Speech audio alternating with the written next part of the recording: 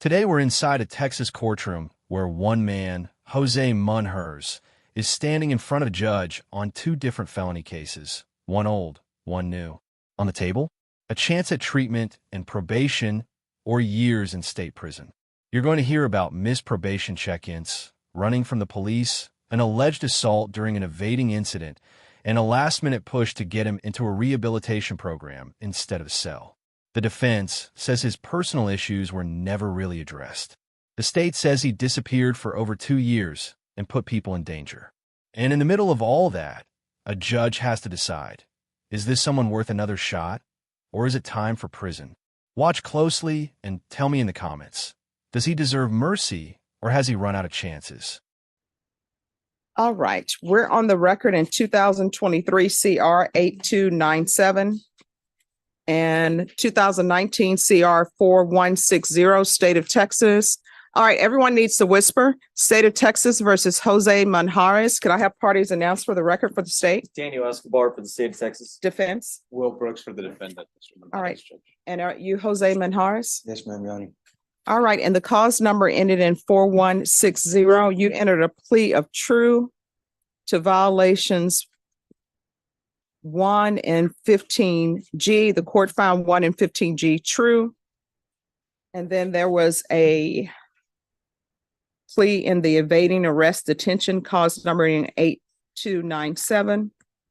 And you applied for deferred adjudication in the case, and the court asked that this be brought back so the court could review a couple of things and make a determination on whether or not the court will grant the motion. Is there anything you would like to say on behalf of your client? Yes, Judge, if I may. It'd be pretty simple to just revoke him and send him to prison. He didn't report, didn't do what he was supposed to do, picked up a new evading.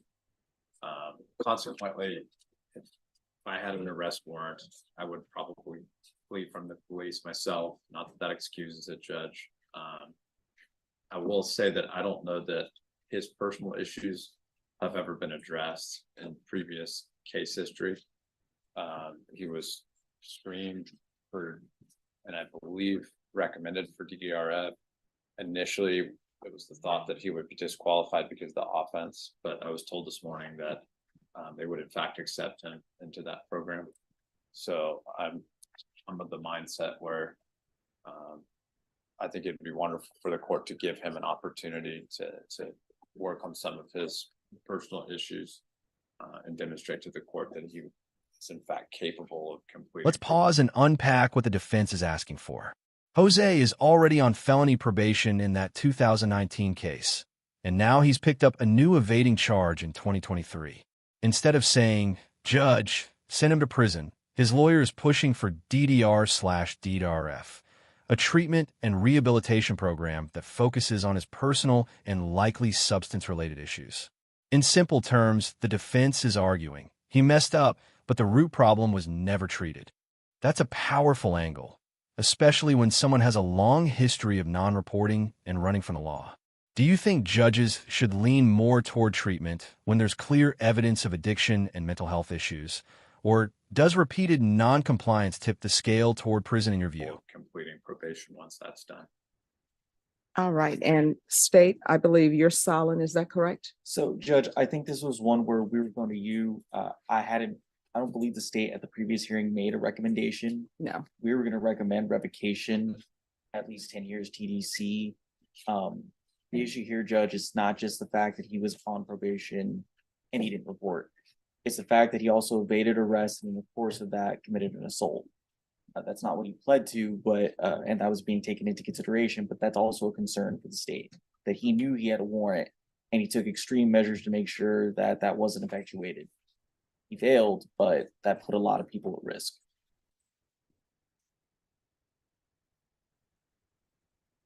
I mean, that's the court's concern. Probation, what are you recommending? Sorry.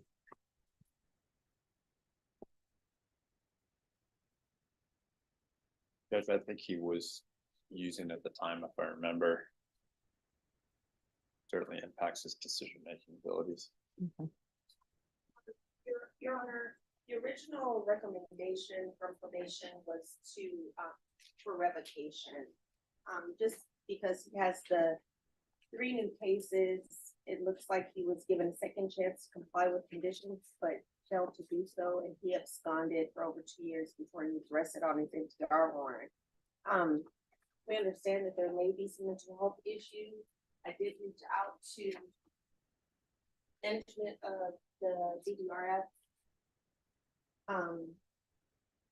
program, and due to his charge, he was originally turned away. However, again, prompting, they said that to go ahead and go with referral. That is if Your Honor chooses to move forward. Here's where the tone shifts hard against Jose.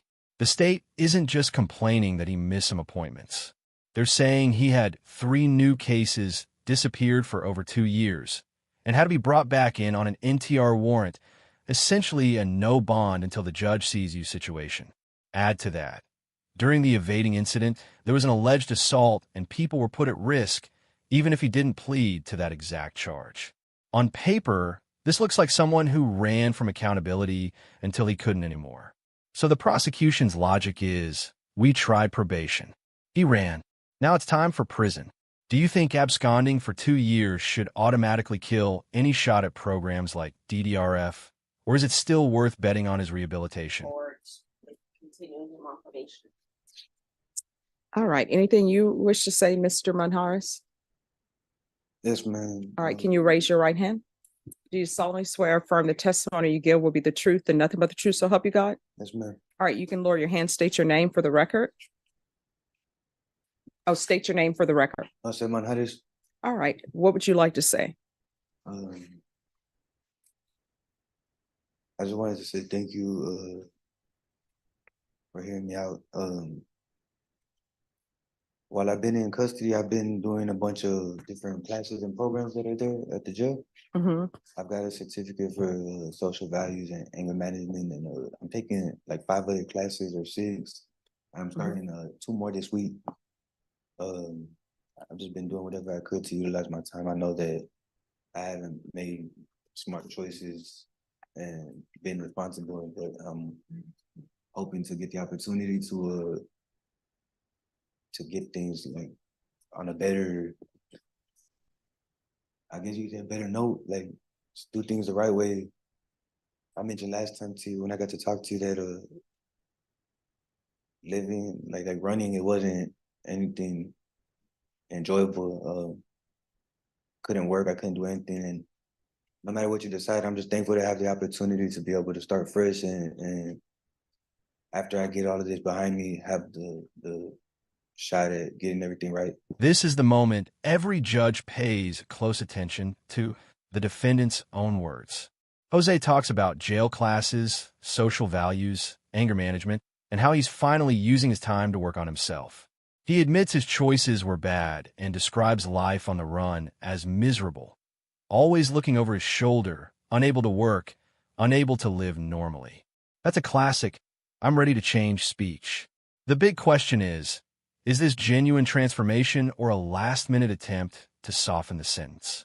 Judges hear versions of this every single day.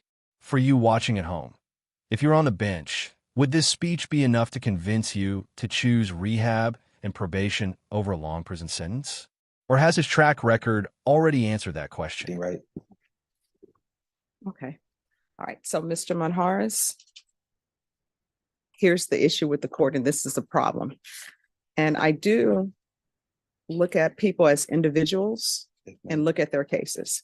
So I understand the issue with the DDRF, but based upon what you're telling me and based upon the reports I've read, you knew you had to report and you didn't. And this is not your first motion to revoke that's been filed against you. You had a previous one, and I think that was for not reporting. And I know that I always tell people who are placed on probation in my court, and I wouldn't say always, maybe sometimes I don't, but I know the intent is, and I'm sure I told you at least when there was a motion to revoke, was if there's anything that the court can do to help you, let us know. if there's an issue with probation and you feel like they're not addressing your issues, you can always come to the court and talk to the court about it. The problem is you've been missing for a long time. I know now you're saying, hey, I'm at the jail, I'm getting my life in order, I'm tired of looking over my shoulder. But what you've come to me with is you're on felony probation and you picked up another felony. So I'm not going to grant your application. And in 4160, I'm going to find you guilty. Revoke. There's to be no contact with Gabriela Villarreal and Gilberto Dominguez. Just one moment.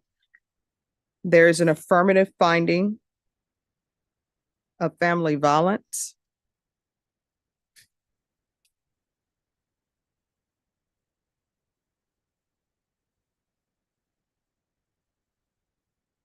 And the court will sentence you to 6 years in the prison, give you credit for any time served.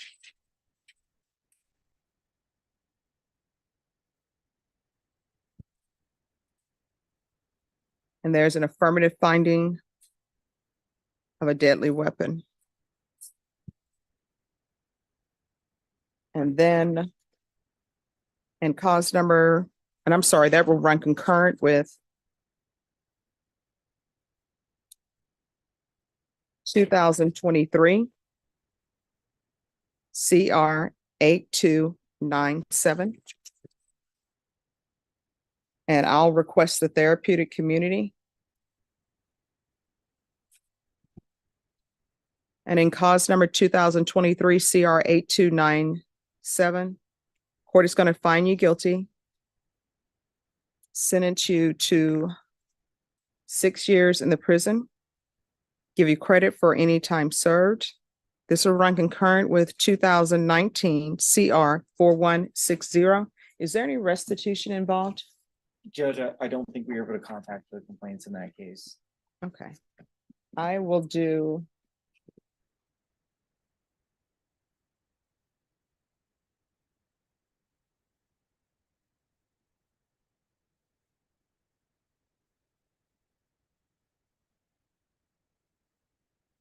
Do you know who the names? I'm trying to find it in the police report. I don't see it.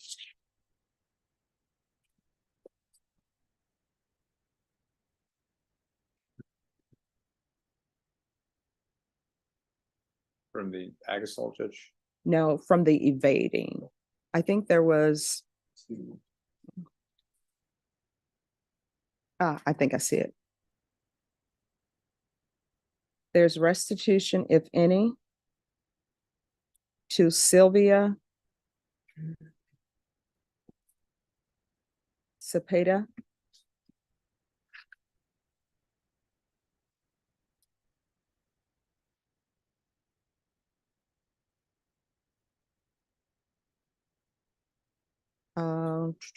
Do you see anyone else? Julian Renee Elizondo. Okay, Julian Renee Elizondo.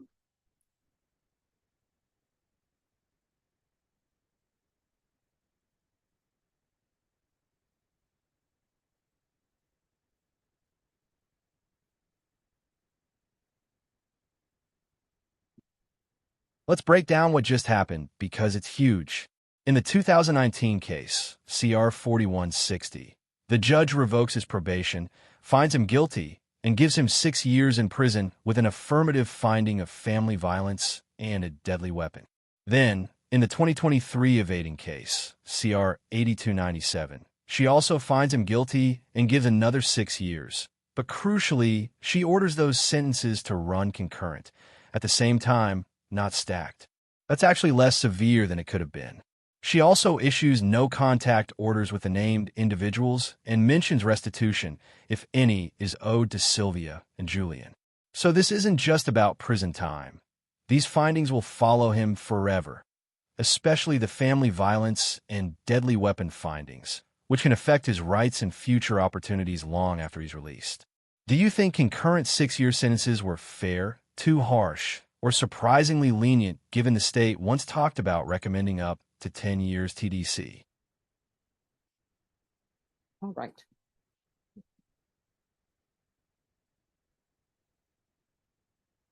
All right, and I'll request the therapeutic community, whether they place you in there, is completely up to them. I don't have any jurisdiction to force them to do that.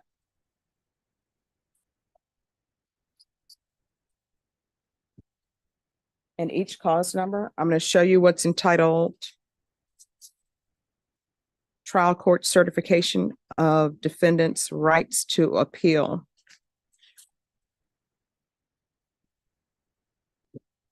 Documents with your time. Did you understand it and did you sign it? Yes, ma'am, Your Honor. And cause number 2023 CR 8297, because this is a plea bargain agreement, because I followed your plea bargain agreement, and because you waive your right to appeal, you do not have the court's permission to appeal. Do you understand? Yes, ma'am, Your Honor. And cause number 2019 CR 4160, you do have a limited right to appeal, and that right to appeal is related to the allegations in the motion, not the fact that you are on deferred adjudication. Do you understand? Yes, ma'am, Your Honor. Because these are convictions, felony convictions, and also because cause number 2019 CR 4160, there's an affirmative finding of family violence. You're not allowed to own or possess any weapons or ammunition. If you have a question over what a weapon or ammunition is, you'll need to speak to an attorney. Do you understand? This part might sound dry, but it's crucial. The judge is explaining that in the 2023 case, because Jose took a plea bargain and the court followed that deal, he basically waived his right to appeal. In the 2019 case, he has only a limited right to appeal and only about the specific allegations in the revocation motion, not about the original deferred adjudication. Then comes the real long-term blow.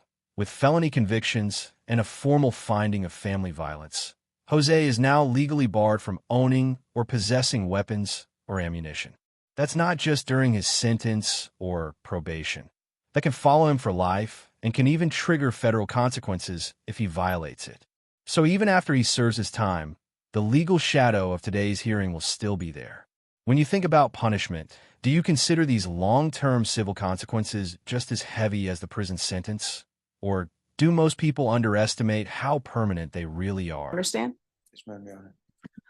All right, we can go off the record. Mr. Monjaras, you're going to have to start making better decisions. I understand that maybe there was a breakdown in communication with regards to whether or not DDRF would accept you, but that does not excuse your not reporting for the amount of time you did and for you evading arrest. Do you understand?